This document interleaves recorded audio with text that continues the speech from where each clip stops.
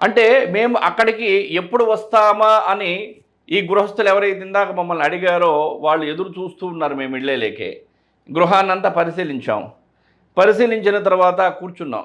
కూర్చోగానే ఎవరైతే ఆ గృహంలో నివసిస్తున్నారో అంటే పెద్ద అన్న భార్య, రెండో అన్న భార్య, తర్వాత తల్లిదండ్రులు, వృద్ధాప్యానికి వచ్చి వృద్ధులైనటువంటి తల్లిదండ్రులు బోరున ఏడ్చి వాళ్ళ మనసులో ఉన్నటువంటి బాధ ఏదైతే ఉందో దాన్ని మాకు చెప్పడం జరిగింది. ఏమిటంటే ఆ బాధ, పెద్ద కుమారుడు చనిపోయాడు, రెండో కుమారుడు చనిపోయాడు, మూడో కుమారుడు ఉన్నాడు. ఎందుకు చనిపోయాడు? పెద్ద కుమారుడు, రెండో కుమారుడు, వాళ్ళ ఇద్దరికి సంబంధించిన భార్యలు, వాళ్ళ పిల్లలు ఏమి చేయాలో తెలియక, ఇద్దరు తల్లిదండ్రులు ఏమి చేయాలో తెలియక దిక్కుతోయని పరిస్థితుల్లో ఏమి జరిగిందో కూడా తెలియక, అంటే ఈ గృహ నిర్మాణం చేసినటువంటి కొద్ది రోజులకే ఈ సంఘటన వారికి జరిగింది. అంటే అపాయం ఎట్నుంచి వచ్చింది, ఏం జరిగింది? అంతా బాగానే ఉన్నాం కదా, ఒక్కసారిగా ఏమైంది? 2 మరణాలు ఈ స్థలంలో సంభవించాయి.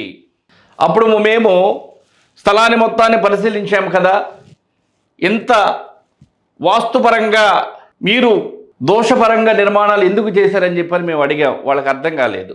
ఏమిటంటే సిద్ధాంతిని అడగకుండా, అంటే వాళ్ళకి అంత ఆలోచన విధానం లేకపోవటం వల్ల మేస్త్రి ఎవరైతే ఉన్నారో ఆయన చెప్పినటువంటి మాటలు విని ఉన్న స్థలాన్ని పై ఎత్తున పెద్దవాడు, మధ్యలో రెండోవాడు, ఉత్తర భాగాన మూడోవాడు ఉండేటట్లుగా మేస్త్రికి ఉన్నటువంటి జ్ఞానం అంతవరకే. కాబట్టి ఏమైంది ఇక్కడ ఈ స్థలంలో? ఎవరికి కూడా ప్రహరీ లేదు. తూర్పు కానీ, దక్షిణం కానీ, పడమర కానీ, ఉత్తరం కానీ ఈ స్థలానికి ప్రహరీ లేదు. ఈ ఇంటికి ఈ ఇల్లు బరువైంది, ఈ ఇంటికి ఈ ఇల్లు బరువైంది. తమ్ముడికి బరువేం లేదు, తమ్ముడికి రోడ్డు ఉంది ముందు. అన్నకి ఉత్తరం బరువు అయిపోయింది, రెండో వాడికి చిన్న తమ్ముడి మూడో వాడి ఇల్లు బరువు అయిపోయింది. బరువు అవటం వల్ల 2 మరణాలు ఈ స్థలంలో సంభవించాయి. అంటే ఇక్కడ చూస్తే దక్షిణాగ్నేయం పెరిగింది, దక్షిణం పెరిగింది, ఉత్తరం లేదు.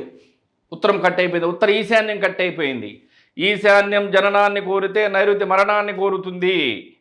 వాస్తు దోషం చూపిస్తే కనిపించేది కాదు, చెబితే అర్థమయ్యేది కాదు.